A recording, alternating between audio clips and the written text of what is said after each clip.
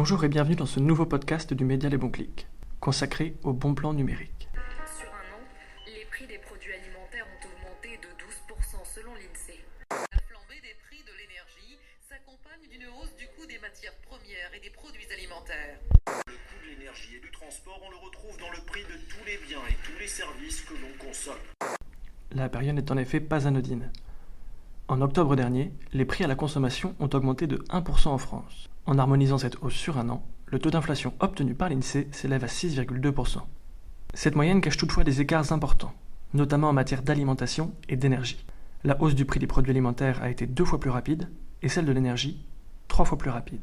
Il n'est pas surprenant, dès lors, de lire dans le dernier rapport du Secours catholique que les ménages les plus modestes sont les plus exposés. Leurs budgets déjà fortement contraints sont plus largement consacrés aux dépenses d'alimentation et d'énergie.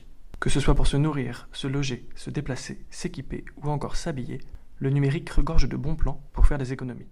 Alors que 35% des Françaises et des Français déclarent rencontrer au moins un frein dans l'utilisation des outils numériques et d'Internet, le média Les Bons Clics a rencontré 3 médiatrices qui forment leur public aux services numériques permettant d'économiser. C'est par exemple le cas de Margot Andrade, encadrante numérique et énergétique pour la régie de quartier de Carcassonne. Alors la régie de quartier, c'est une association, donc on accompagne les habitants du quartier pour travailler tout ce qui est lien social, tout ce qui est citoyenneté. Et il y a aussi une autre mission, tout ce qui est insertion professionnelle au niveau des habitants. Donc ça, c'est nos 2 missions. Et après, à l'intérieur, au fur et à mesure du temps, il y a eu d'autres missions qui se sont rajoutées, comme l'accès, l'inclusion au niveau du numérique. Moi, je suis l'encadrante de la boîte Action Sociale, qui est une entreprise d'insertion. À l'intérieur de cette entreprise d'insertion, j'ai 3 salariés. Donc, ils sont aussi en parcours professionnel. Et par ce biais-là, nous, on travaille sur 2 missions. Donc, lutte contre la précarité énergétique et l'initiation, l'inclusion au niveau du numérique. On a donc à disposition sur notre siège social un espace numérique où on peut recevoir des personnes sans rendez-vous pour réaliser des démarches, pour travailler une montée en compétences. Donc, c'est 3 matinées par semaine. Donc ça, c'est la première chose. Après, on a 5 secteurs où on intervient pour faire des ateliers numériques pour être au plus près des habitants qui ne peuvent pas forcément des fois se déplacer ou qui sont pas mobiles. Donc le but, c'est de leur proposer des ateliers d'initiation. Donc c'est assez vaste. Ça peut partir sur de l'initiation au smartphone, ça peut partir sur la banque en ligne, de la boîte mail. Les thèmes sont assez variés. Donc ça, ces ateliers-là, il y en a un minimum 1 par semaine, donc c'est ou le lundi après-midi ou le mardi après-midi. Et après, on propose la formation Je m'investis. Donc c'est une formation qui dure 4 mois. Donc c'est tous les jeudis après-midi. Et le but, c'est d'accompagner les personnes sur ces 4 mois pour une montée en compétences sur l'ordinateur, puisqu'elles ont pas forcément de connaissances, ou alors elles ont eu des connaissances mais elles ont perdu parce qu'elles n'ont pas forcément manipulé l'outil informatique. Et le but, c'est au fil des semaines de pouvoir avancer et qu'elles puissent être le plus autonomes possible sur l'ordinateur. Donc au début, ça va vraiment être la base, donc tout ce qui va être l'ordinateur, se repérer les dossiers. Au fur et à mesure, il y aura naviguer, boîte mail. Sur la dernière partie, on va se concentrer sur tout ce qui est l'administratif, donc avec tous les services, on va dire, publics, Pôle emploi, la CAF. Et après, on termine tout ce qui est budget. Donc là, le but, c'est que les personnes puissent installer l'application de leur banque, ou du moins pouvoir se connecter sur l'ordinateur pour y accéder, parce qu'on s'aperçoit que là, maintenant, au niveau des relevés bancaires, on ne les reçoit plus par voie postale, ça devient payant. Donc les personnes sont vite limitées là-dessus, donc il y a nécessité à ce qu'ils puissent y accéder, voir leurs dépenses aussi, on va dire, en temps réel. Donc ça, c'est important. Et on parle aussi de tout ce qui est économie avec les applications comme Vinted, Le Bon Coin, Too Go To Go. On a des applications un peu plus locales où ils peuvent faire des économies et acheter, on va dire, à moindre coût. Au niveau de cet atelier, ils sont plutôt contents. Il y a de bons retours là-dessus. Je trouve ça super intéressant, surtout Too Go To Go. À chaque fois, alors on prend le temps au moins d'installer minimum une application. Et c'est vrai que Too Go To Go, ça leur plaît parce qu'il y a des paniers solidaires qui peuvent récupérer à moindre coût. Donc à chaque fois on l'installe, on va voir un peu sur les différents commerçants qu'on a autour de notre territoire. Et c'est vrai que ça leur plaît plutôt pas mal ça. Après, ça, ce qui est sympa, c'est de voir la personne qui vient où on installe l'application, par exemple Vinted. On lui montre comment l'utiliser et elle revient quelques jours après en nous disant voilà, j'ai réussi à acheter un article ou j'ai pu vendre un article, mais j'ai encore besoin de vous pour savoir quelle est la prochaine étape. Le but aussi, c'est qu'on puisse proposer un accompagnement individuel aux personnes, alors qui des fois ne sont pas forcément disponibles pour venir les après-midi aux ateliers, ou alors qui ne se sentent pas forcément à l'aise avec le collectif. Donc le but, c'est de s'adapter aussi aux personnes et de proposer des entretiens individuels. Une autre partie du travail de Margot Andrade et de ses équipes concerne l'énergie. D'abord vis-à-vis de la gestion des impayés, et ensuite avec des ateliers dédiés. Alors, il y a plusieurs choses. Déjà, on a un partenariat avec EDF, donc avec le pôle solidarité d'EDF, qui nous envoie là un listing de personnes qui se retrouvent en situation d'impayés. Donc le but, c'est de contacter ces personnes et de les accompagner, donc de les recevoir en rendez-vous pour trouver une solution avec eux. Donc mettre un délai de paiement en place, essayer de voir s'il y a possibilité de faire une demande au niveau du conseil départemental. Après, là-dessus, il y a aussi des habitants qui viennent d'eux-mêmes, d'autres fournisseurs et qu'on accompagne, on contacte directement les fournisseurs. Et après, ce qui se passe, c'est qu'on réalise aussi des ateliers énergie. Donc il y a de l'individuel, mais il y a aussi du collectif. Là, dernièrement, on a réalisé plusieurs ateliers sur plusieurs secteurs au niveau de l'énergie, pour tout ce qui va être réduire sa facture d'électricité, d'eau, de gaz, faire des éco-gestes à la maison, donc de manière ludique. Donc ça mêle un petit peu tout ce qui est de la pratique, mais aussi on peut amener le numérique, puisqu'on a un escape game à la régie. Et là-dessus, cet escape game, on a une tablette. Donc les personnes ont la possibilité d'avoir la tablette dans les mains et ils ont une situation où la famille a dépensé tant au niveau de l'électricité. Le but, c'est de réduire cette consommation-là en répondant à des questions. Donc il y a de la mise en pratique parce qu'ils sont dans une pièce où il va y avoir des questions qui vont être en lien avec le frigo, le chauffage, les ampoules. Donc ils vont devoir se déplacer dans la pièce, répondre aux questions qui seront en lien avec le chauffage, les ampoules. Et donc ils touchent les deux. Ils touchent la pratique avec la maison, tout ce qui est énergie, mais aussi avec la tablette, donc tout ce qui va être numérique. Au début, ce qu'on propose aussi, là je le propose depuis peu, c'est de faire un photolangage avant de débuter l'escape game. Donc le but du photolangage, c'est des photos avec marqué j'éteins la lumière, je coupe les veilles. Donc là-dessus, on demande aux personnes déjà de savoir ce qu'elles font à la maison. Donc au début, il y en a certaines qui prennent pas beaucoup de photos. Donc on leur dit ok, c'est pas grave, on va faire le jeu avec les énigmes. Vous allez voir qu'au fur et à mesure, il y a des choses que vous pouvez mettre en place à la maison. Par exemple, quand vous cuisinez, que vous faites cuire des pâtes, vous pouvez couvrir la casserole. Faire attention aussi au niveau des chauffages, on ne les monte pas trop, il faut les régler avec le thermostat. Et c'est intéressant parce qu'on refait à la fin le photolangage et on voit avec eux, ils nous disent bon ben maintenant ça je sais que je vais le faire. Je sais que je vais couper par exemple les veilles à la télévision, que je vais mettre une multiprise. Parmi les autres structures formant au bon plan numérique se trouve La Roue, un tiers-lieu basé à Chabeuil, dans la Drôme, qui dispose depuis 1 an d'un espace public numérique. On est dans ce qu'on appelle un tiers-lieu, c'est un espace qui est ouvert à des initiatives citoyennes, qui a l'objectif de dynamiser la vie locale. Aliénor Spielmann, médiatrice numérique pour le tiers-lieu La Roue. Il y a 3 activités principales. Il y a l'espace public numérique, qui est une activité qui est soutenue par le département de la Drôme. Il y a des activités pédagogiques pour les enfants et les adultes. Il y a un petit espace de coworking, mais surtout un réseau d'entrepreneurs qui a la particularité de regrouper des femmes entrepreneurs. Tous les mois, on se retrouve avec ce groupe de femmes et on essaye de développer les activités, de fournir un peu un tremplin pour les aider à développer leurs activités. Donc il y a à La Roue des gens qui ont entre 3 ans et 85 ans, je crois, le record. Il y a vraiment des gens très variés qui se croisent. Des publics variés pour une offre d'ateliers très large, tant en matière de niveau que de thématique. Et parmi les 6 à 8 heures d'ateliers collectifs qu'Aliénor anime chaque semaine, une partie concerne les économies grâce à Internet. Faire des économies grâce à Internet est d'ailleurs le titre d'un de ces ateliers. Moi, je commence toujours par demander aux gens pourquoi ils sont là et qu'est-ce qui les intéresse sujet et est-ce qu'ils ont des questions très précises qu'il faut pas qu'on oublie d'aborder. Donc là, souvent, les gens disent, bah oui, moi, par exemple, j'ai rien compris à Vinted, on m'a dit que c'était super, mais j'ai essayé de vendre quelque chose, je comprends pas, voilà. Donc ça, je me note, et je me note dans un coin. Je sais qu'au fil de ma présentation, enfin, des cas, des choses dont je vais parler, il faut que je parle de ça. Donc toujours une petite phase comme ça où je les écoute eux. Et puis, il y a des gens qui disent, ah bah non, moi, je suis juste venue, voilà, parce que le sujet m'intéresse, parce que le coût de la vie augmente, donc je voulais avoir des tuyaux, voilà. Donc en général, ça passe un peu sur une partie conversation. Et puis après, j'ai toujours préparé moi un petit contenu que je projette. Et donc là, typiquement, cet atelier, je vais donc pas mal basé sur la ressource quand même des bons clics.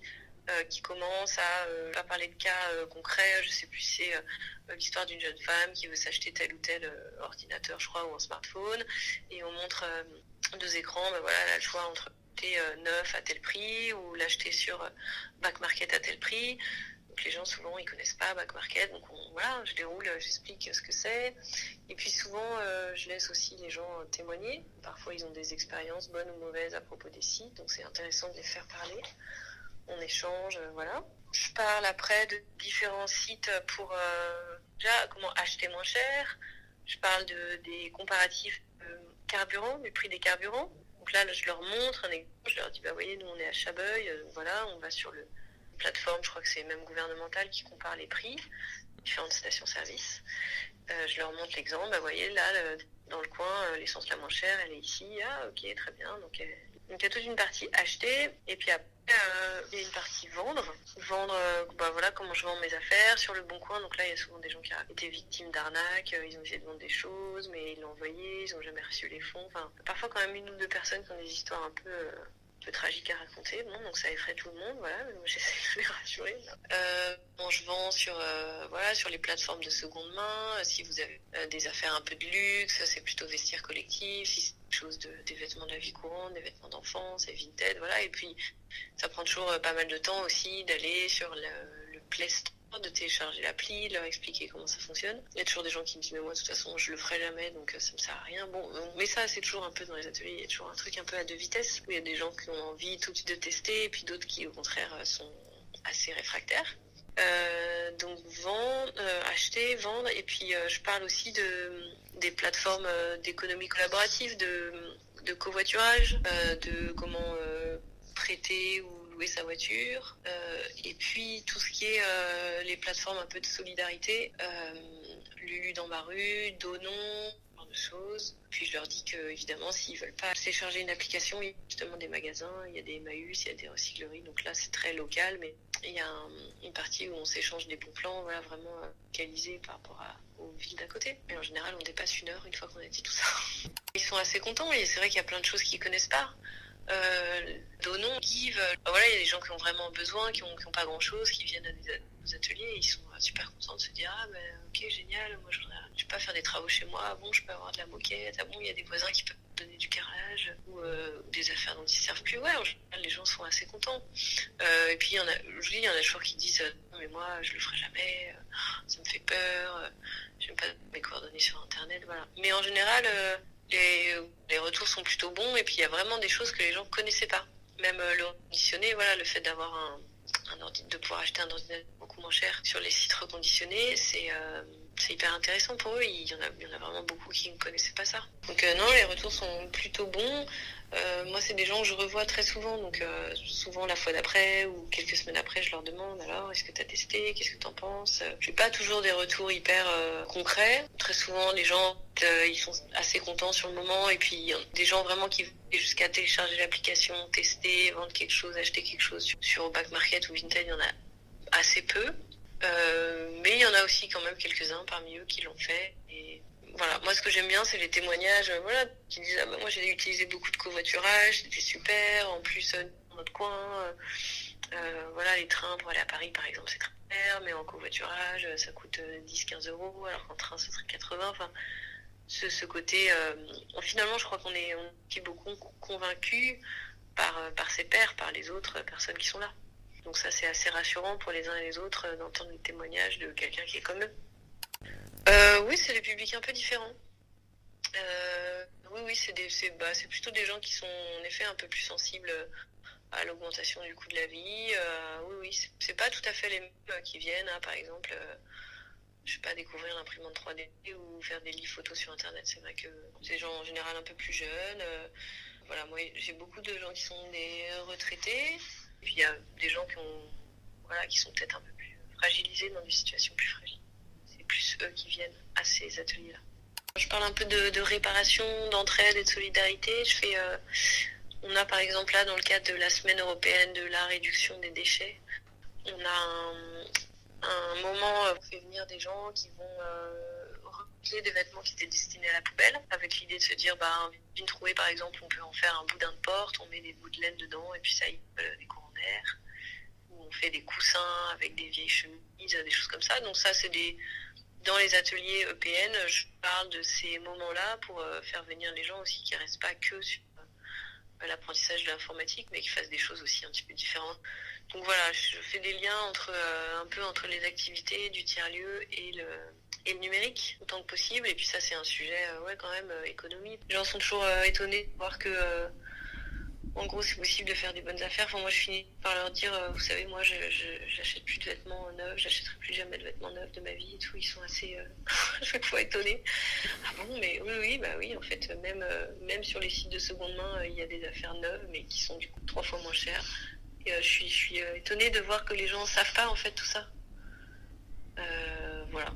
Donc, je suis contente de participer à ça, à l'éveil de conscience, non seulement pour l'économie, et pour le porte-monnaie, mais aussi pour la planète. En Charente-Maritime, Nassima Ravari forme également ses publics au service numérique permettant d'économiser. Elle a été recrutée en octobre 2021 en tant que conseillère numérique France Service pour le Centre intercommunal d'action sociale de la communauté de communes d'Aunis-Atlantique. La communauté de communes d'Aunis-Atlantique, c'est 20 communes. Voilà, on est 2 conseillers numériques au sein du CIAS. Et donc on travaille tous les 2, en partie en itinérance et l'autre partie en accompagnement fixe sur la commune de Saint-Jean-de-Libercey. En fait, sur l'itinérance, du coup, on a des permanences une fois tous les 15 jours dans 12 communes. Et 2 autres, on les a en fixe, donc le mercredi matin pour la commune d'Andelier et du mardi au vendredi après-midi, donc sur les communes de Saint-Jean. On est sur un milieu rural, donc clairement, transport en commun, c'est très mal desservi. Et niveau inclusion numérique, le numérique, il y a des communes où ça ne passe pas du tout. En fait, chaque commune est assez inégale. Donc, il y a des communes où ça va être en plein dans les marais. Donc, du coup, la communication via Internet, c'est très compliqué. Et d'autres communes qui sont un petit peu plus développées, où là, on va nous demander, par exemple, comment utiliser Architecte 3D. Là, on arrive à bien capter Internet, on peut s'intéresser au plan numérique et autres. Mais quand la communication Internet est assez compliquée, on n'en est pas encore au bon plan numérique ou à se déplacer par Internet. En fait, c'est des sujets qui touchent des populations qui sont un petit peu quand même à l'aise avec le numérique. Et après, chacun est différent. Donc, il y en a qui utilisent Internet par le travail, il y en a d'autres qui vont utiliser Internet par obligation et qui n'ont pas forcément un accès très simple. Dans une zone encore peu desservie par les transports en commun, les services numériques de mobilité ont un attrait certain, qu'il s'agisse de covoiturage ou de comparaison des prix à la pompe. Là, c'était plus sur les applis comme Klaxit, Réseau Pouce aussi. Et donc après, c'est pour les stations-service, du coup, voir les stations-service qui est moins cher en fait. Donc Klaxit, c'est pour le covoiturage entre collègues. Là, ça concerne la communauté d'agglomération de la ville de La Rochelle. Réseau Pouce, c'est plus pour se déplacer au sein de la communauté de communes Aunis-Atlantique. Et après, le site de comparaison pour l'essence ou l'autre. Et c'était prixcarburant.gouv.fr qui était le plus à jour au moment où on discutait. Et sur la communauté de communes, on n'est pas on n'est pas desservi par les transports en commun, clairement. Du coup, les applis mobilité comme Réseau Pouce, elles restent à développer, mais il y a certains arrêts d'une commune à une autre de la communauté de communes. Et les personnes peuvent se déplacer soit pour les courses, soit pour les concerts, soit pour... C'est une sorte de blablacar sur la communauté de communes, en fait. Les plus jeunes arrivent à se débrouiller avec. Les plus âgés, c'est compliqué. Ça reste à développer avec les collègues de la mobilité, justement, de la communauté de communes, mais on y travaille. L'accompagnement proposé par Nassima et son collègue va toutefois plus loin que la mobilité. Poussés par la conjoncture économique, ils forment également leur public aux services numériques d'alimentation et aux plateformes de seconde main. Sur l'alimentation, c'est principalement le drive pour gagner du temps, pour une maîtrise du budget aussi, parce que y a un avantage, par exemple, sur l'appli d'Intermarché, c'est qu'on va gagner, par exemple, il y a 34% sur un produit ou 30%, je crois. Enfin, la somme est reversée sur la carte. Donc, des fois, on a tendance à pas prendre des marques, mais on a envie de le prendre parce que on sait que cette somme-là, on pourra la redépenser plus tard. Tout dépend de la gestion de budget et du cagnotage, entre guillemets, sur la carte. L'anecdote, c'était la personne qui pensait que une fois qu'elle avait cliqué, en fait, c'était commandé. Il n'y avait pas possibilité de rétractation, donc comment je fais maintenant? Mon panier il est plein et après, c'est à faire comprendre que c'est comme dans le magasin en physique. Quand je prends quelque chose, que je le mets dans mon chariot, tant que je suis pas passé à la caisse, en fait, ça compte pas, quoi. Après, on a un autre bon plan qui s'appelle le Club Leader Price et qui est une appli justement qui propose des bons plans sur l'alimentaire. C'est une appli où on peut commander en fait des produits tout sauf du frais et à prix discount plus en fait. Après c'était DLC. Donc là, c'est des particuliers, en fait, c'est des invendus qui se partagent entre particuliers. Par contre, il faut aller voir la personne à son domicile, il faut entrer en contact via Facebook et on récupère un panier gratuitement, en fait, d'invendus. Donc ça peut être un peu de tout, des fois il y a des croissants, des fois c'est du pain, des fois c'est des fruits et légumes. L'accompagnement sur les plateformes de seconde main, c'est plus les personnes dans leur demande qui souhaitent mettre un bien à vendre et du coup on accompagne là-dessus en fait. On leur montre comment, on leur explique, on fait avec eux la démarche, surtout on leur explique comment ça se passe et on accompagne tout au long de la démarche en fait. Après sur les accompagnements, ce qu'on met toujours justement c'est comment naviguer de façon sûre, quelle que soit la demande. Étant donné qu'on est d'une en milieu rural, donc mine de rien, Internet, ça passe pas forcément super bien partout. Donc les personnes n'ont pas forcément d'une accès à Internet et de deux connaissance des points de sécurité en fait. Donc de toute façon, il y a toujours l'accompagnement et c'est le plus récurrent, c'est comment naviguer de manière sécurisée en fait. Voici donc la fin de ce podcast, développé par Les Bons Clics en partenariat avec la Fondation 7LM. Vous pouvez retrouver nos ressources dédiées au bon plan numérique sur lesbonsclics.fr, dans l'onglet Centre de ressources pour nos modules pédagogiques ou dans l'onglet Médias pour nos différents articles sur ce sujet. Qu'il s'agisse de primes à la conversion, de MaPrimeRénov', de services numériques pour se déplacer, se nourrir ou encore s'équiper. Nous espérons que ce podcast vous a plu et, si c'est le cas, pensez à le partager à vos confrères et à vos consoeurs. Vous pouvez également nous adresser vos retours dans les commentaires ou par mail à redac@lesbonsclics.fr. Bonne journée!